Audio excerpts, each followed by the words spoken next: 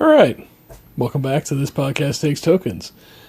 We left you all off last week with a bit of a icebreaker for the week, like we always do. And we're back to start out by answering our icebreaker, which was, what was your first experience going online? Yes, millennials, as we know, are the first generation to grow up with the internet and without the internet. The internet came into existence whenever most of us were in our adolescence or teen years, and it's a very pivotal moment for our society and our generation as a whole. So I thought it'd be a good question. What was your first experience going on? Yeah, Do you remember? well, I'm pretty sure this is what it is. I've got a couple early memories, but I think it was when I was in maybe fourth grade or something, maybe fifth grade. And we were in the computer lab. They brought us in there. They had all these, Apple computers or whatever up there.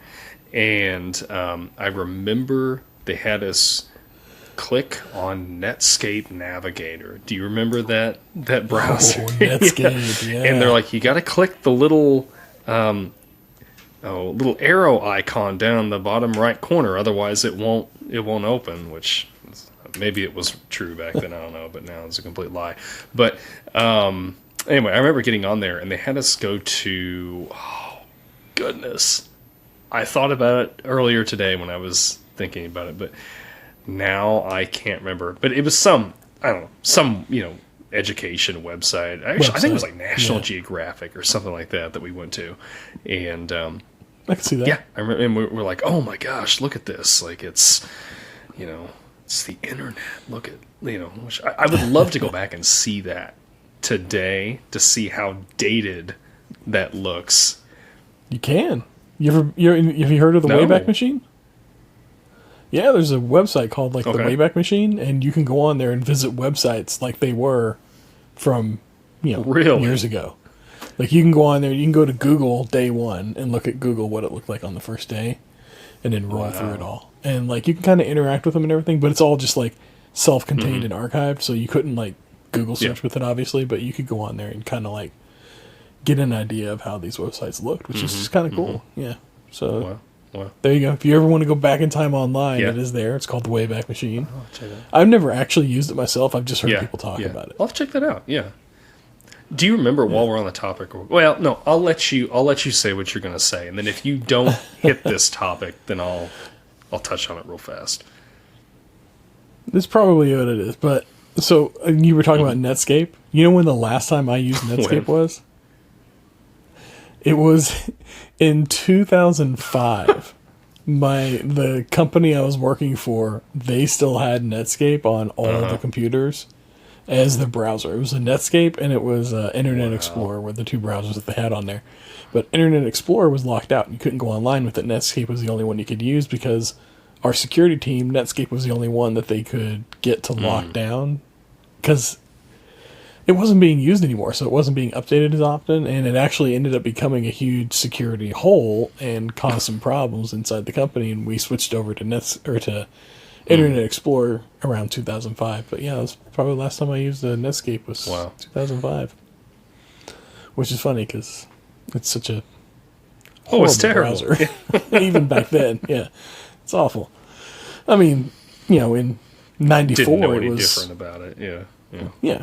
Pretty good, I suppose, but yeah. So for me, my first time going online that I can remember, I'm thinking back, and we had a computer in the house around 95, 96. We had a computer, a gateway computer. Yeah. Those old gateways, with a Nintendo white color on it, and monitor sits right on top of it. And we had AOL internet on that, but it was the AOL where you pay for the minutes. So I wasn't allowed to use the internet on the computer, but I could go on there and I could play games. So I'd go on there and play games and stuff like that, but I didn't actually go online really until I think one of my first experiences going online was back home. We'd go to the library and you could register time. They had a little sign-up sheet, a little paper sign-up sheet. You go in there, you put your name down on a time slot, and you can use the internet. And I remember me and my friend Adam from next door, or me and you, we'd walk down there, and we'd go to the library, we'd sign up for some time slots, and we'd just sit there and aimlessly wander around this primitive internet back in the mid to late 90s. Yeah, and I remember getting my first Yahoo email there and using it for nothing really. So you could have an email. I don't even remember what it was. Yeah, it was just I had to have an email, so I had an email. I couldn't tell you what it was today. I could tell you the password. The password was book because I was in a library, and so I was like, okay, I'll make my password something I can remember. It's book. But I don't remember what the email address was, or I'm sure. I think by now they've purged several times over. But yeah, we go on there and we get on like chat rooms and talk and talk to different people about whatever. And very primitive age of the internet. I remember the chat rooms. It was just like a black screen with like colored text, and like everybody would be assigned like a different color in the chat room. That's how few people they could handle. They could only handle like a dozen people in a chat room at a time. That's how just like primitive all this stuff was. But back in the day, that's how it was. Now, do you remember the sound of the dial-up internet? I mean, I remember like when we moved, when I was living with my mother and my stepdad, and we moved down south away from home. We finally got internet when we moved, and this was 2002, I think, and we had a 14K modem, and we were, man, things were cooking. And then, like, I think the year I graduated, we ended up getting like upgrading to a 56K, and you were like, "Oh man, look at this!" But I had a buddy screaming that lived on the other side of town, and his dad was like, this big lawyer in town and everything, and they had DSL, and I was like, "Oh man, it's so fast!" And I remember like getting on his computer. I'm like, "What sound does it make when you log in?" He's like, "It doesn't. It doesn't make a sound." Like, what? It's so wild. But it's early days of internet, man. It's crazy that we've witnessed like this entire birth and all these different ages of the internet. Now we're at a point where, look at us, we're just having a conversation across the internet and zero issue in higher quality than the TV was broadcast. Than they broadcast the Super Bowl 20, 30 years ago. That's crazy. I mean, I remember. That's just crazy. I remember. Just another side note. This whole episode is gonna be on internet. But I remember maybe when I was in second grade. So this was kind of like, and the internet was a thing, but it wasn't like in schools or anything yet, But I remember we had our partners in education was the Dr. Pepper bottling company. There used to be one here in town, and we went in there to tour the facility and everything. And I remember they took us to one of the offices, and they're like, "Hey, we want to show you kids something." I'm like, okay.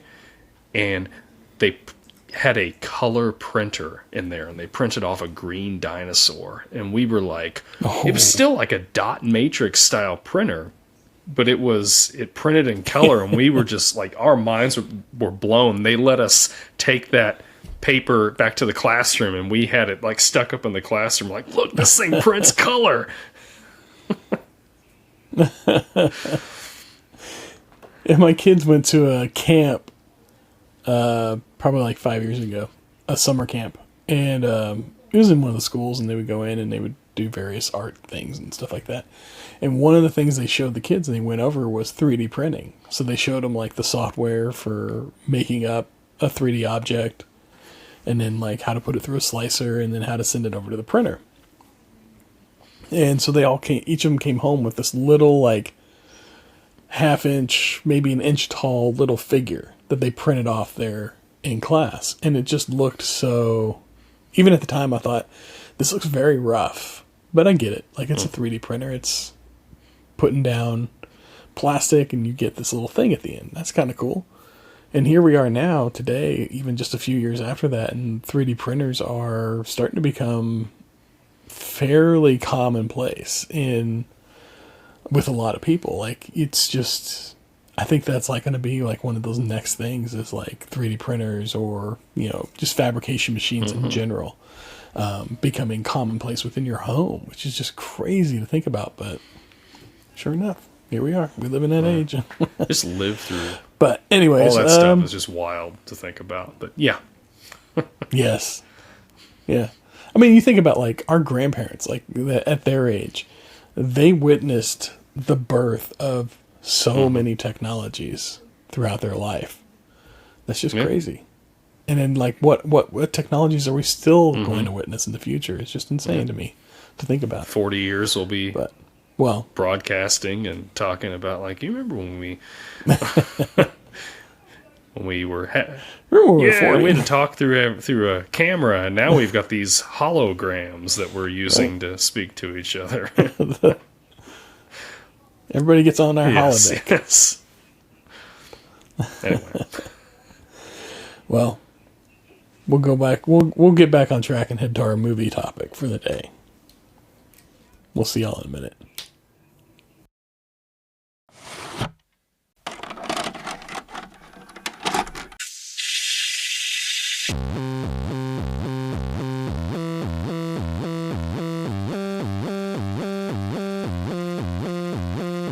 Your local video store card. A comic book in your back pocket. Games with no tutorials.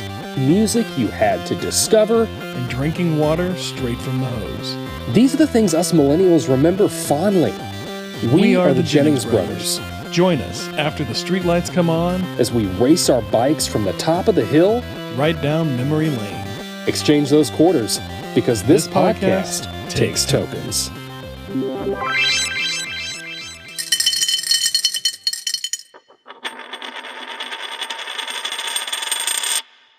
All right. We're here to talk about our movie for today.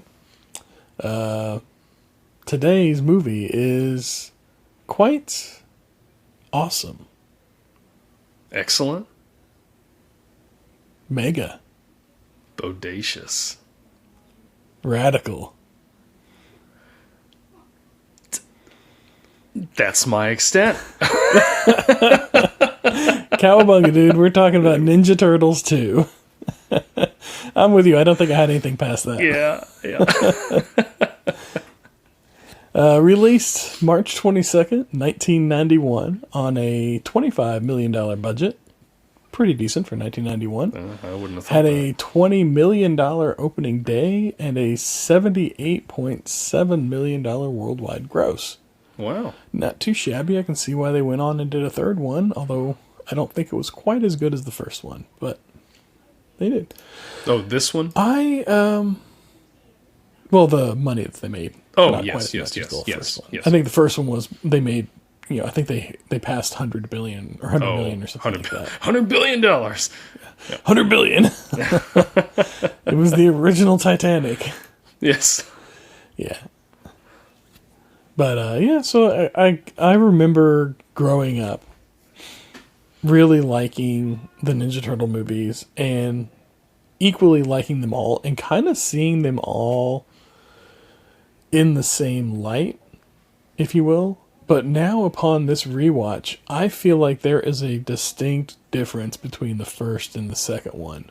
Mm-hmm. Like the first one was a lot more grounded, gritty, real, seemed to follow a lot more closely with the source materials, whereas the second one, it feels like they were capitalizing more on the PG audience that they had. They were like, okay, let's push it, but not past a PG-13. Like, this is just going to be, we're going to keep it as PG as we can, and as fun as we can, and we're going to keep that 9 to 13-year-old audience thoroughly entertained. But we're not going to try for anything, beyond that.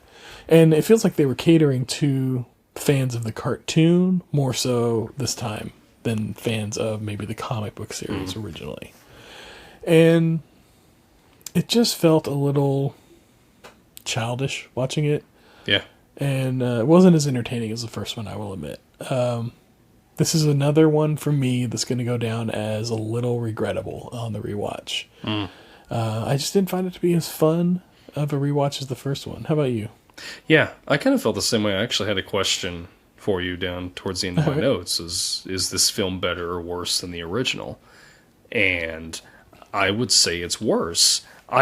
That's not to say like this isn't a terrible movie. This isn't a Mask situation. No. That we had, but it just didn't hit how the first one did. Now, I think it was missing some things, right? So Casey Jones was not in this. They needed Casey Jones. I felt like he was so good in the first one. Yes. And the first one, like they had like some real heart to it. Like when, Splinter's been missing and all this. And this one, it's just like, really Raph just walks away. And that's like kind of the only real, I guess, brokenness they get as a group until, they come back and get him. And then I also believe that the actress that played April is different in this one than in the first one. Yeah, I didn't like. I had that on my notes. I didn't like her as a recasting. I preferred the original April for sure. Mm-hmm.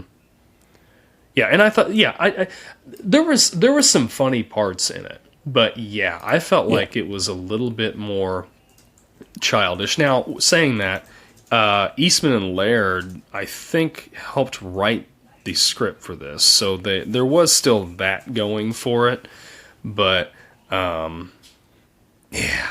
don't know. I didn't care for it as much as I did the first one. Now, when I was growing up, this was my favorite one of the two. Yeah, because it had it just had, I think it's, the humor speaks to that certain age group, like I was talking about. Like the preteen age group is definitely like, that's who they're tapping into with this one. And I don't feel like we got that on the second one, or we didn't. It wasn't like that on the first one. Sorry, the first one was more a 1-to-1, not a 1-to-1 adaptation, but they followed the source material a lot closer. And this one isn't. It's just trying to be a cartoon, live action cartoon, and I didn't like that. Like you said, I didn't really care for the April replacement either. I don't know why they replaced her. I felt like the actress that played her in the first one really nailed the role. I like that approach to it. And there's nothing wrong with the recasting. Like, if she had been cast originally, I wouldn't have batted an eye or thought one way or the other about it. But recasting her seems kind of silly. And it feels like maybe there was like something going on behind the scenes that happened there. Maybe a reason why the original couldn't come back. That being said, there's also the added Toka and Razor. Come out of nowhere. They were made just for the movie. Yeah. And from what I can tell, they wanted Bebop and Rocksteady as the big bads for this one, but they couldn't get Bebop, or they didn't want to do the work to get Bebop and Rocksteady because Bebop and Rocksteady were developed and designed for the cartoon series and the toy line.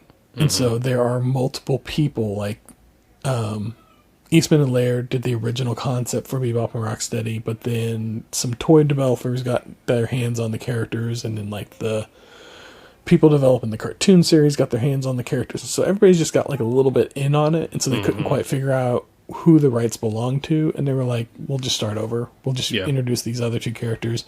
Took on Razor. Eastman and Laird had done some concept art on them already, and so they were like, we're going to go with that. And that works. And it's fine, but I feel like Bebop and Rocksteady would have been way better. Oh, yeah. Would have loved to seen that. Mm-hmm. And Toka and Razor are kind of... they just missed the mark. I didn't find... They weren't really threatening. And they weren't really... They just didn't pose a threat. Didn't feel like a big bad. We did get a good big bad, though, with Super Shredder. That was great, but it was like 5 seconds. Yes. And he was over. He destroyed himself. That was one of my big complaints with this was I didn't feel like there was any real conflict outside of the Turtles fighting the Foot Clan.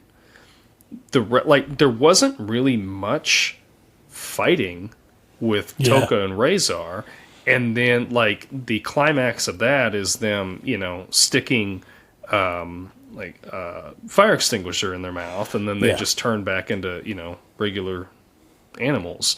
Wolf and then Shredder, like, you see him, and you're like, oh man, this is horrifying. He's a beast. And then he doesn't do anything. Like, he knocks all that down. They have no fight with him. There's nothing.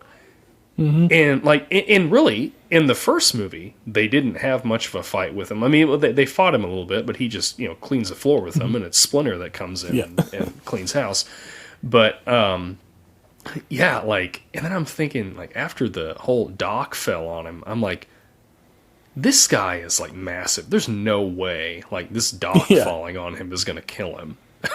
So, I don't know. It just wasn't as... It wasn't as fun of a watch. Yeah.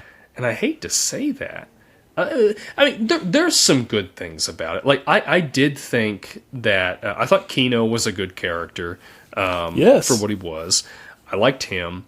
And I liked that opening scene where he goes down to, like, that, I don't know, mini mall or whatever, and he's trying to stop the guys, and then the Turtles show up. That was a fun little fight.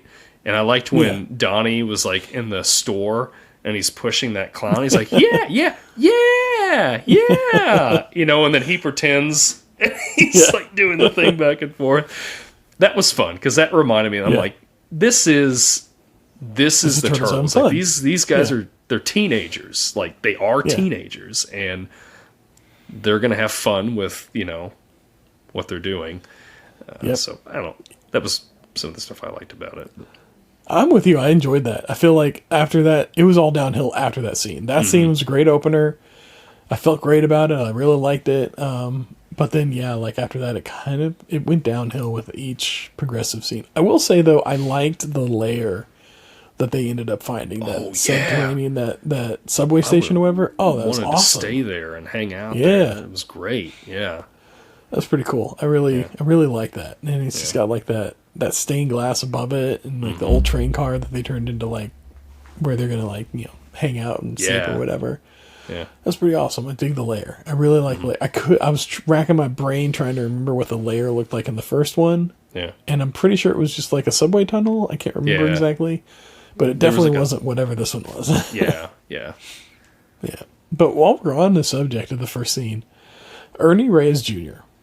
comes in as the pizza delivery boy. Yep. Kicks some shell. Like, he steals the show for sure. Like, he's got the martial arts moves. He's a lot of fun. He was also in Surf Ninjas. Surf Ninjas. The main characters in Surf Ninjas. Fun one. It's one we got to put on the list. Yeah. Yeah. And, but I really expected to see more out of him. And I go back through and I look at his IMDb and I'm like, man, he's just like, he's kind of there. He pops up here and there, but I'm really surprised that like we didn't see more of him. We didn't get more out of him, down the line. Like I say, I'm a little disappointed. I felt like he could have, he was witty and funny and kind of charming, and he's got the martial arts skills. I'm just kind of surprised that he didn't come up anymore. But I guess like he was probably coming up at a time whenever movies were starting to shift away from the martial arts style movies and going back towards the more 80s action stars and stuff like that in Hollywood. So maybe that played a part in it. I don't know. I would have liked to see him do more. Maybe he's just not he doesn't want to act. Maybe he just does other things. I know like the kid from Malcolm in the Middle ended up going off and racing cars because he didn't want to act anymore or whatever. Frankie and that's completely fine. That's totally that's totally acceptable, or whatever you want to do with your life, whatever. So maybe that's all it is he just decided to go in a different direction. Maybe he's stunt coordinator. Maybe he prefers doing things like that. I don't know. But I would have liked to see more stuff. I was kind of I enjoyed watching him in this, and I don't know. I don't think he came back for the second or the third one, did he? I've never watched the third one. I've never seen it. Oh, yeah. Well, we're gonna watch the third one. Yes, yeah. Yeah. We'll see how disappointing the series gets. Yeah. Yeah, I had the first one and the second one, and I watched, like I said, I watched this one more growing up, but never saw the third one. Wow. And I don't know why. Yeah. I bet it's probably because by the time it came out, I was probably done with Turtles. And, oh, yeah, I can see that. So just never ended up watching. I don't know. They all came out pretty back to back, I thought. I thought it was like every year they came out with one. Let's see here. Ninja Turtles 3 came out in 1993. Yeah, it's 2 years. Okay. Well, I don't know. I don't know why I didn't watch it. Okay, you got over them pretty quick. Yeah, I guess. But, yeah. So, anyways, Ninja Turtles, yeah, fun. You're pretty good cast all around. I say that after we, complained about the replacement of April, but like I said, she didn't do a bad job. It's just not. I didn't see a point in replacing her. Yeah. But that's just me. Now, did you know that the person that puppeteered Splinter, is Kevin Clash, the guy that puppeteers Elmo in Sesame Street? Oh, I did not know that. Yeah. So, it was a little fun fact I came across. I thought I'd drop on you. Yeah. I thought that I thought Splinter, of all the puppets and costumes and everything, Splinter looked the best, I thought. Yeah. And I think it was that way in the first one, too. I mean, the Turtles look great, but, they're clearly... there's somebody in a costume, I don't know. But... I don't know, I'm kind of contradicting myself, I guess, here a little bit. But I don't know. I thought Splinter looked really good. And anytime he was there, he looked realistic. Like, he didn't look just like he was some, animatronic thing that somebody was controlling or whatever. Yeah. But I did see in the beginning, I wonder, Jim Henson, it was in memory of Jim Henson, so he must have passed away, like, shortly before this movie came out. Did he? I don't remember whenever he passed away. Think about it. I thought it was in the more recent times. Oh, no, he died on May 16th, 1990. Wow. Okay, yeah. So between the second and third one, then. Or, first and second one. Yeah. I don't know why I thought he lived like he was still around in like the early 2000s. I guess maybe that's whenever they sold Jim Henson to Disney is what I'm thinking of, perhaps. The Jim Henson Company or whatever. Oh, I've got a Jim Henson Funko Pop sitting over here. No. I was closer to it. Him with the headband and the little microphone and everything? No, he's got the graying hair and he's holding Kermit. Ah, okay. That's cute. Yeah. That's fun. Yeah. But yeah, I noticed that I went back and I looked at the IMDb and they replaced a couple of the voice actors. Any guess on which one the most notable one is? Corey Feldman wasn't in this one. Yeah. Corey Feldman not in this one as, what was he, Donnie in the original one? I think so, yeah. Yeah, I think he was Donnie in the original one. But yeah, didn't come back like they had somebody else. I wonder if that was like a he wanted more money type of thing or something. I'm not going to presume, but I'll presume and say yes, it probably was. That's what it always comes down to. Yeah, it does. But yeah. Yeah, well, it was, I didn't really notice him missing, so. I heard the voice and I was like, that's not quite, I'm sorry, I didn't hear the verse. I remember thinking, oh yeah, that's right, he wasn't in the second one. And then I heard the voice and I was like, it's not quite him, but it works. Yeah. Yeah. So who was your favorite turtle in this one? In this was one? Was it different than the first one? Honestly, they all kind of like, other than the parts where Donnie is working on the formula with the doctor, I didn't really notice a difference between the turtles. Like, they all kind of like, I mean, yeah, there were moments where Raph like got a little more aggressive, or Mikey is maybe a little more jokey, and Leo will take the lead on things. But other than that, they weren't as distinctive this time around as they were the first time around. I felt like they all just kind of, they were all very watered down versions of what they were. And but I guess probably Donnie, just for that opening scene where he does the little puppeteer thing you were talking about. Other than that, it works. That's and that was me. Same. Yeah, Donnie was he was my favorite in this one. There was that scene, and then like you said, when he was helping the professor with making the antidote, and they was it Kino that drops the pizza into the little vat that they're mixing with, and they're whistling and they're trying to just. Clearly, it had no ill effect because they gave it to him anyways, and it still worked. Which, whenever they did that, and they're like, "Oh yeah, we need to find some sort of delivery method for this," and they're like, "You know what? I got an idea." I thought that they were going to say, "Let's spread it over a pizza and feed him a pizza." And for some reason, in my mind, I was remembering that they did that. And then they busted out the donuts, and I was like, "Oh yeah, I guess they didn't." That's where I would have went with it. Like the whole opening scene is all of New York in this love affair with pizza. And everybody's got a pizza, and they're eating pizza everywhere. Oh, man. After watching that, I was like, I want a New York slice of pizza. Like, it looks so good. Let me tell you, New York pizza is better. Like, something about it. Like, actually having a slice in New York from one of these little pizza places, it's just something in the water. And it's been scientifically proven that there's something in the water that affects the dough, and it makes it taste different in New York. And I don't know, I agree. Like, New York pizza, can't beat it. It's awesome. I'd have it every day if I could.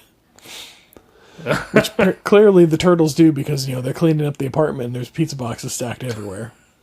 everywhere. Yeah. But they're paying for it, though. Yeah, that's true. How are they paying? How are they earning money? I do like that in that opening scene when they do take Kino's pizzas. Yeah. But they leave him some money. That's right.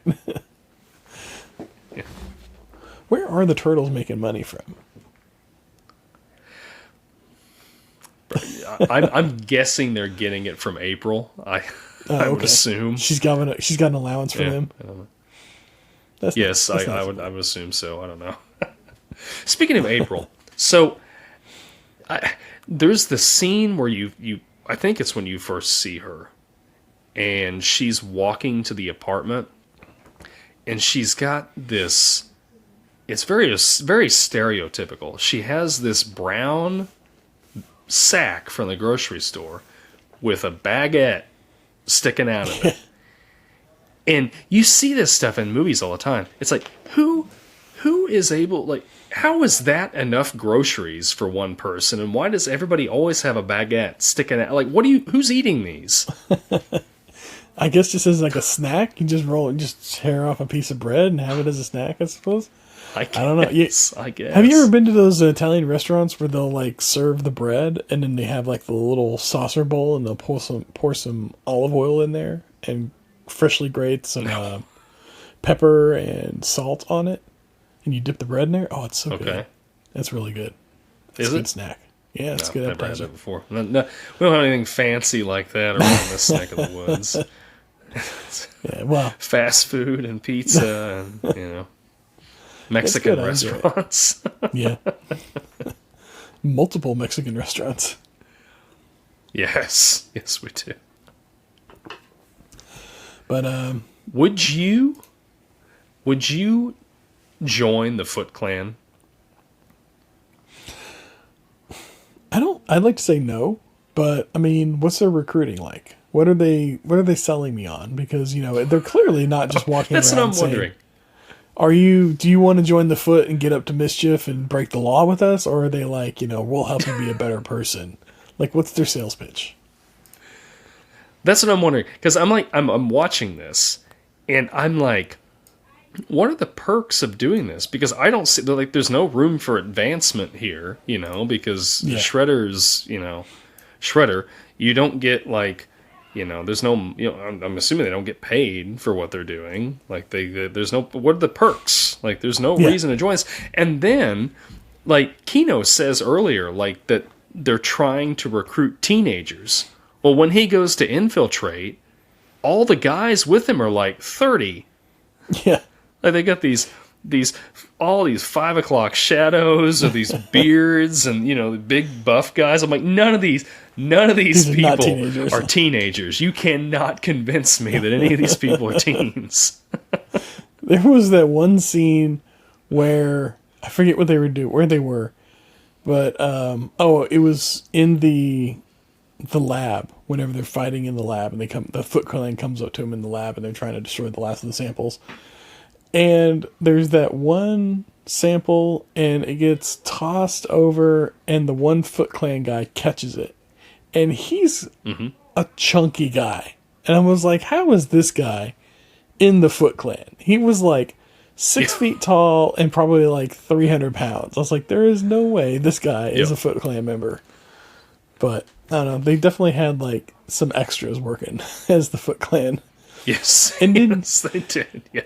Yeah, every fight scene with the Foot Clan was very gimmicky. It felt like something you'd see in a stage production of the Ninja Turtles. Like, it wasn't real. Like, there wasn't much real fighting to it.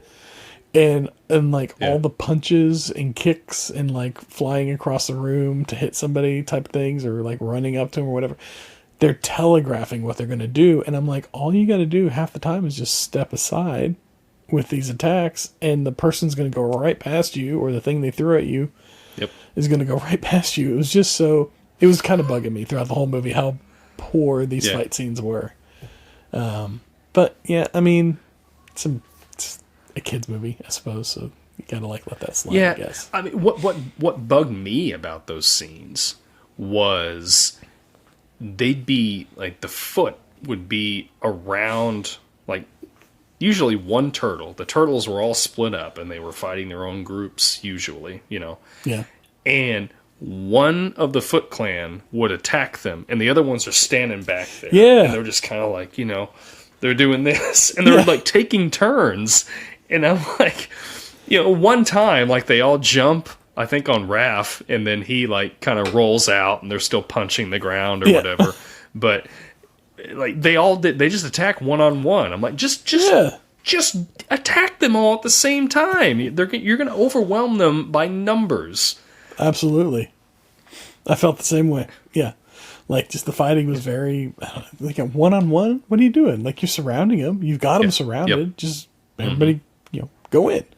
And clearly the Turtles are not learning their lessons on things, because there was that whole scene where they walk in and they're standing together, and the net comes up around them and picks them up on the ground.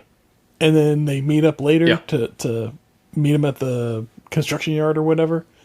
And again, all the turtles are standing back to back, right beside each other. And I'm like, spread out. Because if they do that net thing again, you're going to get caught. Like, yes. Yep. But I don't know. I just kind of felt like, it was... I don't think they put much of the $25 million into stunt coordination on this episode, or on this I think movie. Most of it had to have gone to, like, the puppetry department. The puppetry, the costumes. Costume, yes. Yeah. And these Ninja Turtles, have got to be the loudest ninjas I've ever heard. Everywhere they go, they're talking loud, they're bumping into things, they're making all kinds of racket and noise. They are not subtle at all. No. At all. You were talking about how they get caught up in the net, right? And Splinter comes in out of nowhere, absolutely nowhere. Splinter shows up with what looks like a child's play bow and shoots the arrow into the rope and knocks it down. And then he just, like, backs up and leaves. Yeah. I'm like, they're clearly in distress. You're just going to be like, okay, I'm done. I'm leaving it up to you boys. Like this is right. your fight. I feel like that's something that the later movies got right. Like the even the Michael Bay CGI one and the Mutant Mayhem, the more recent ones. Mm-hmm. Shredder, or not Shredder, Splinter fights. He'll go in and he'll be part of the fight. Like, he shows off skills. Even in the cartoon series, like, he shows off some skills. I feel like they were limited in the puppeteering on this one, and they didn't want to attempt that at all, just because it'd be too difficult. But, yeah, like, I agree. He's very passive. Like, even the fight with him and Shredder in the first one, all he does is he stands there, whips the nunchucks a little bit, and kind of moves to the side. He outsmarts him more than he outfights him. Yeah. And that's fine. I suppose that's a good message, for kids, be smarter, not tougher, but I would have liked to seen him put up a good fight, but I suppose that would have been rather difficult. Yeah. All right, so we got to talk about the ninja rap. Don't even say it. The best worst scene in cinema. Yes. Ninja rap. That has been living rent-free in my head since I watched this movie. Oh my gosh. Like, okay, if we're looking at this as it's real life. Yeah. Which we're clearly not. But if we are, and these turtles come in with what was the name? Something Razor. I can't remember what the other guy's Toka and Razor? Villain's name was. Toga and Razor. They come in to this club and everybody's dancing and Vanilla Ice is up there. And then like Vanilla Ice starts singing or starts rapping this turtle rap. He doesn't even know these are ninjas. But he's just assuming that they're I mean, they've got bandanas on and stuff like that, but they're not really fighting in that point. They're almost like the fight scene that should ensue with Toga and Razor is a dance-off, almost. Yeah. Absolutely. Like, they're just kind of like, they're hyping. They're hyping. Yeah, yes.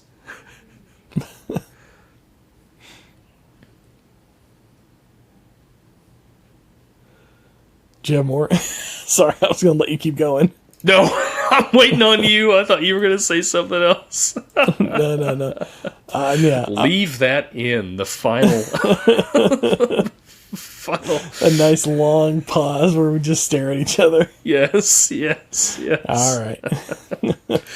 No, yeah. People will see that we make mistakes too. So. Yeah, that's right. Can't throw too much shade. No. But yeah, Ninja Rap, man, it was a thing. It was a serious thing. Like, that was, I mean, this is Vanilla Ice. That's where the money went. $25 million budget. I bet most of it went to Vanilla Ice just for this. He was like putting Vanilla Ice in there, and gosh, that had to have been like the selling point for this movie. Like, for the general masses, you should go see this because it is featuring Vanilla Ice. Right. Like, I'm dead serious in saying that. Like, featuring Vanilla Ice. I'm sure people went and saw it because he was in the movie. Because he was in it, yeah. I wonder, like, how... Yep. If his name was even on, like, the poster for the movie. Or, yeah, because I don't remember a whole lot of the advertising at the time for it. But, I don't remember if he was billed on it that heavily. Or if... Yeah, because I can't remember... I can't keep straight the timeline as far as, like, Vanilla Ice, when he came about, when he gained popularity, where he was at in his popularity at the time of this movie's release. And you know what? Honestly, I don't want that in my search history, so I'm not going to find out. Yeah. Last thing I need is for Google to be suggesting to me a bunch of random Vanilla Ice stuff that I just... Yes. I'm good with just leaving in the 90s. Yeah. It's a mystery, and we're fine with that. Yeah.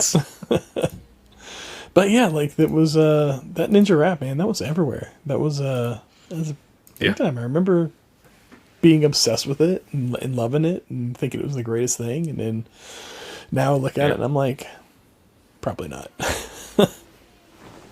I can see why. I can see where our parents were like annoyed at the things that we watched and got into. Yeah, well, exactly. Like I was watching this. Excuse me, I had a yawn there.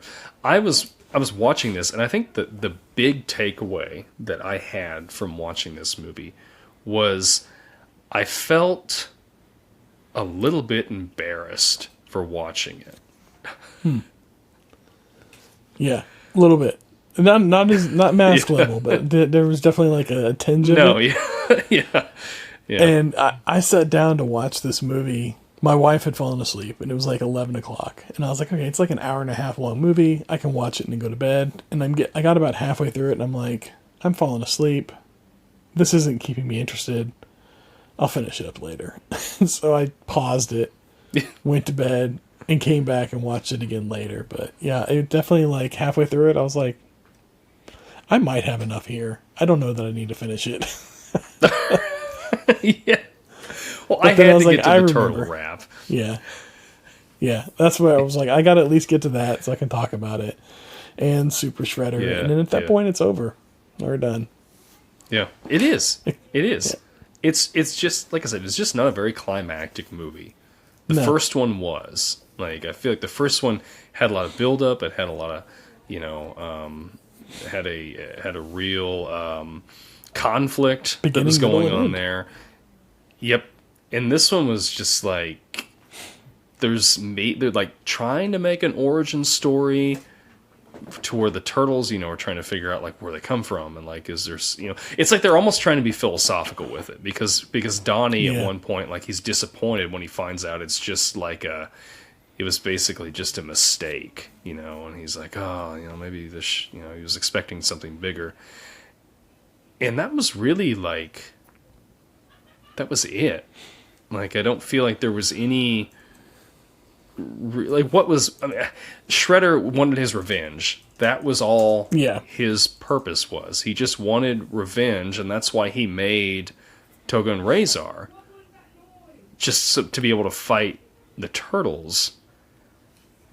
And I don't know, thinking about it now, I'm like, why didn't he just, like, use all of that ooze on himself and become like a super ultra mega shredder, Can you imagine? Just like he just had that little vial? Yeah.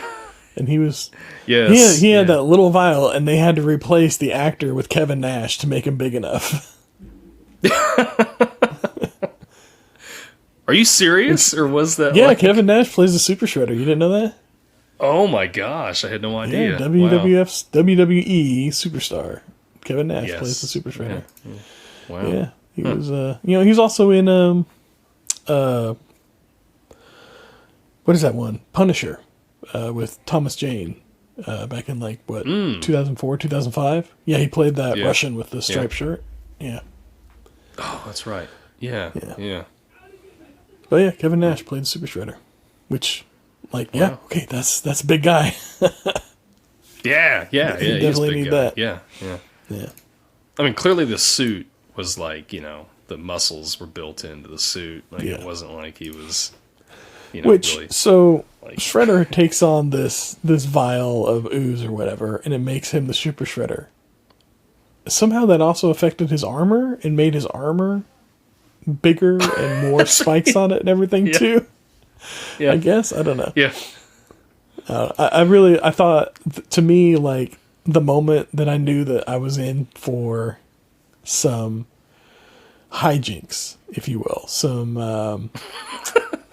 we'll just call it hijinks. This is going to be a very groan-inducing movie, was whenever they're at the toxic waste spill cleanup with TGRI, and she's interviewing them, and they go around the corner and they discover the gigantic dandelions. And I'm like, oh yeah, okay, this is going to be like, this is going to be one of those movies. It's overly comedic, and everything's going to be a little much. I can see it coming now. Yeah. But yeah, that's it. Teenage Mutant Ninja Turtles 2. Yeah. I don't know. Do you have any more thoughts on it? The one takeaway that was incredibly positive for me was how much I remember loving and still love the Bart Simpson glass that the professor like, pours the antidote into. Like, I remember wanting that glass so bad, and now that I'm an adult and have money, I may, like, try to find that on the internet or something. It's just, because that's, like, peak Simpsons, when Simpsons was just, like, at the top of the world at that point. Simpsons was, like, brand new at that time. 1991, it was, like, it came out, started in, what, I thought 89? it came out, like, 88 or something. Yeah. Still, that's only a couple of years. What? I think Simpsons Still, though, I mean, I thought it was, the like... peak in, like, the 90s, like, mid-90s. But, I mean, yeah, like, it's definitely, like, it's bursting onto the scene at this point, for sure. 100%. Yeah. But, yeah, I think, well, I don't know, peak Simpsons. I mean, we'll probably have to save this discussion for the Simpsons episode, which is, I don't know how we're going to tackle that. It's such a huge subject. It's all, like, 50 seasons of it. I know. Just had to be a broad conversation. Right? Yeah, Simpsons started in 89, so yeah, this was just a couple years into it. They're Okay. They're getting big. But I mean, yeah, like this was definitely like, yeah. I think this is the moment the Simpsons, like Vanilla Ice, were exploding onto the scene and were becoming a big thing. I don't think it was peak Simpsons here. I think that comes later. But it's definitely like, it was everywhere. It was steeping deeply into our culture at this point. It was, I'm rambling because I'm also in the back of my head trying to come up with what the modern equivalent to that is, and I'm just not tapped in enough to figure out what the modern equivalent of that is today. Same. Yeah. But yeah, it was everywhere. Anyways, Ninja Turtles 2. Yeah, it was it was a fine rewatch. I don't mind that I rewatched it. Okay.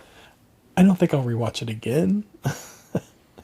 But no, and that disappoints me a little bit because I didn't spend a lot of money on this, but like I was gonna rent it off of like digitally off of Amazon because it used to be on HBO or Max or whatever they want to call it now, but it's not on there anymore. So I was like, I'll just spend $3.99 and rent it.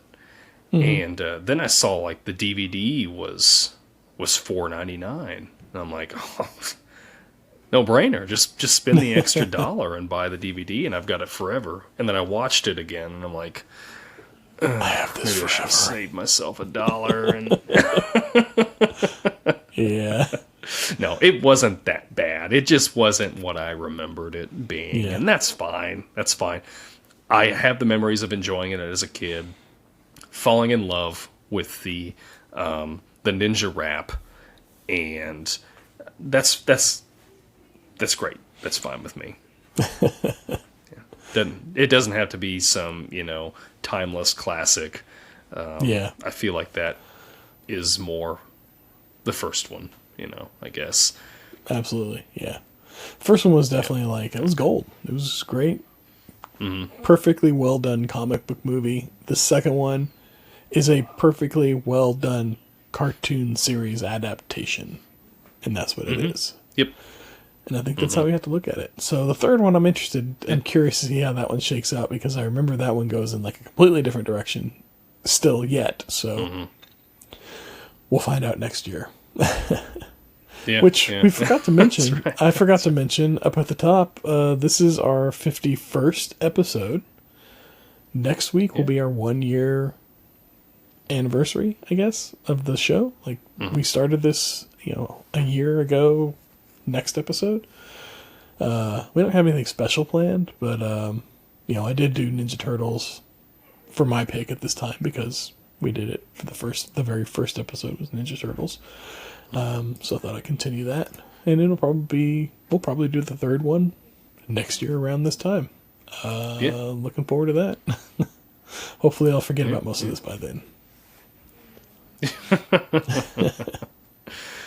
Yeah.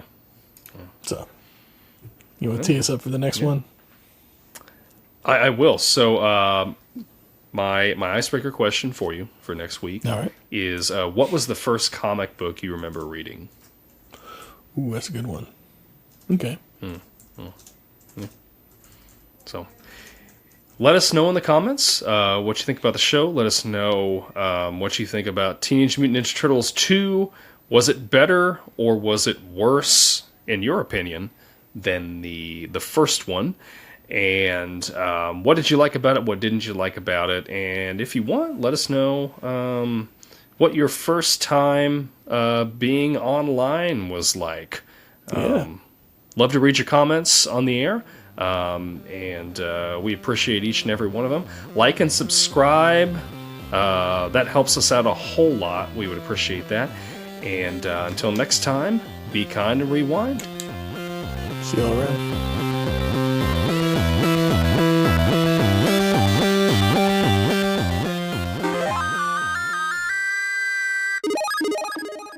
This podcast Takes Tokens is a Clay Street production.